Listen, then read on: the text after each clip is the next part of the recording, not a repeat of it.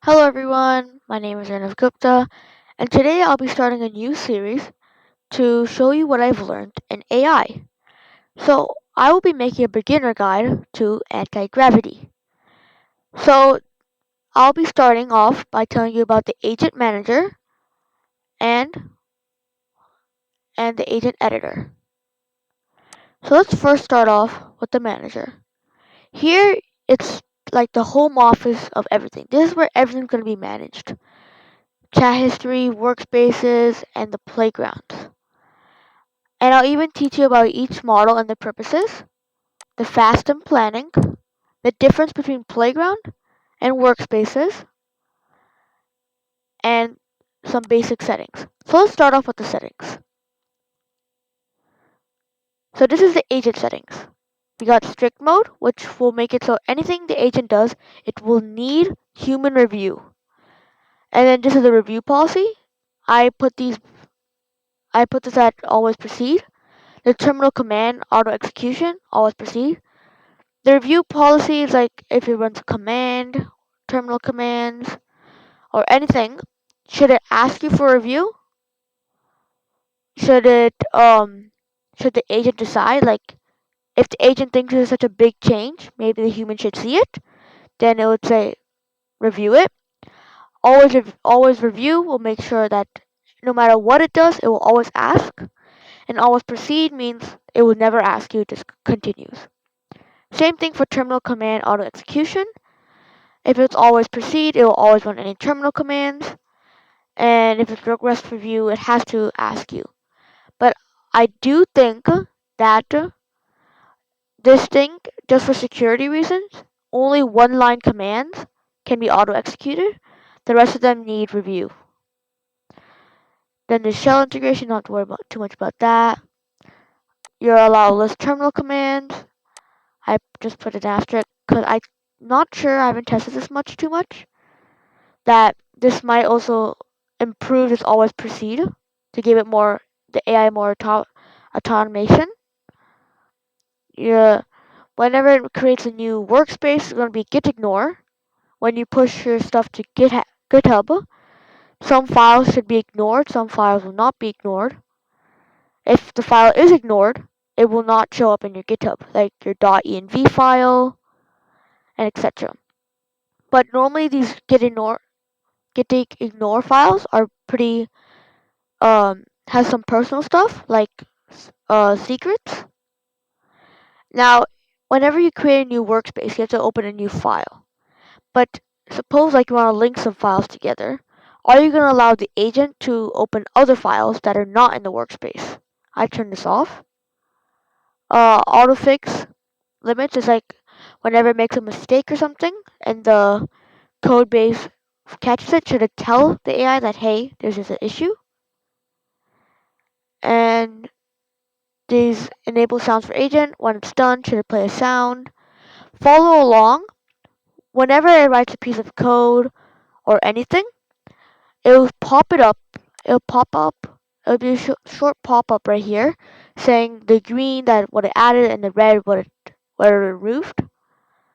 And then that's mostly it for this one. Then we have browser. This is enable browser tools, and the AI does not just like click and type like a normal human. Actually, hold on. Let me first tell you what the browser actually is. The browser is like it's gonna open a Google Chrome window and actually like interact with a web page or the website you've built. Suppose like if you built any website and you want to test it out and you don't know what to do, you can tell the agent to do this and it'll open up a separate window. It has the ability to click, type, scroll, all of this. So when it says a browser JavaScript execution policy, it's suppose like when it types something, it won't have a keyboard. It has to run code in order to do it. So I'm gonna put this at always proceed. Disable meaning it will never run this JavaScript code. Request review, it'll always stop, ask permission, and then continue. And always proceed, it will always do it. And then this is the browser URL allow list. These are the websites it's allowed to open. As you can see, I have quite a few, and none of these matter about. Models, I'll talk about this mostly later, but this shows you everything. Enable AI credit overages. This is only in Pro and AI Ultra users. If you are on a free plan, you will not see this. Whenever you buy a Pro or AI Ultra plan, it will say 1,000 AI credits, or in the Pro plan and the AI Ultra plan, you get 25,000. Right? I have the Pro plan, and I had 1,000, but I used 500 of it. And this is your model quota. If you have a free plan, you have 5 hour and weekly limits. Mostly with the weekly limit. The 5 hour will do half of it, and the weekly limit will do all of it. As you can see, I'm out of Claude, but I have Gemini. And people get sometimes confused with this. That Gemini 3.1 Pro, high and low, which I'll explain the difference, is different than Gemini 3 Flash.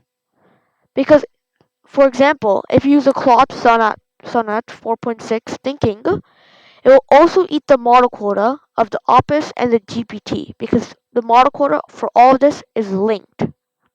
Same thing here, Gemini 3.1 Pro, high and low are linked, but Gemini 3 Flash is different, and it mostly only has 5 hour limits.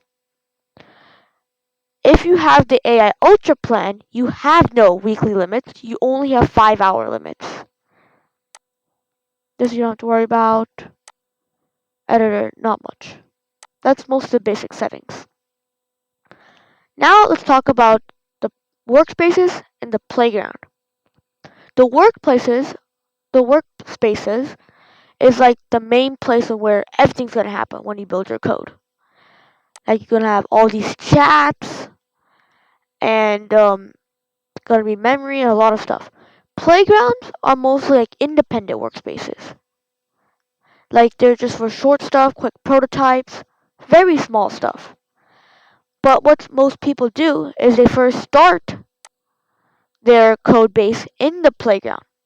Because when you start it in the playground, what you can do, you can click this button right here, and it'll move it into, or you move it into a workspace, or you can just create a workspace and then move it into the folder. That's one of the really good things about this. And then workspaces is once you suppose like you start on the playground and you move it into the workspace. This is where most of your heavy loading code will happen. This is where the agent will actually think more and actually like focus on the proper code. So now let's talk about the editor. You can also use the agent in this tiny sidebar, but preferably I think I like the agent manager. It gives more of an open look and a much better feel compared to the editor. But you can also ask it here too. You can open the agent manager, and these are just like different ways to like display it, because normally what it'll do, it will show a terminal here, your code here, AI here, and all your file stuff right here. So your Explorer, like you could check each folder, clone repositories, search, like you search for like specific lines or anything. This is where you can link GitHub with and push your code. This is just run and debug, and this is just, don't have to really worry about this. There's extensions, and there's also GitLab. Normally I only use GitHub, code search, and this. These three are the mains. The rest of them are not very commonly used. And there's also going to be like two types of terminals, kind of. There's going to be like an AI terminal and a PowerShell. That's what I like to call them. An AI terminal. So an AI terminal is where the AI will run all its commands, right? You can change and edit AI terminals. But if you make your own PowerShell terminal, the AI will not have any access to it. So if you want to run some private code, like pushing your .env to some public domains and putting your secrets in, then you probably don't want to put it and tell the AI all about your secrets. And I think that's it for the first part. Hope you guys enjoyed. Have a nice day.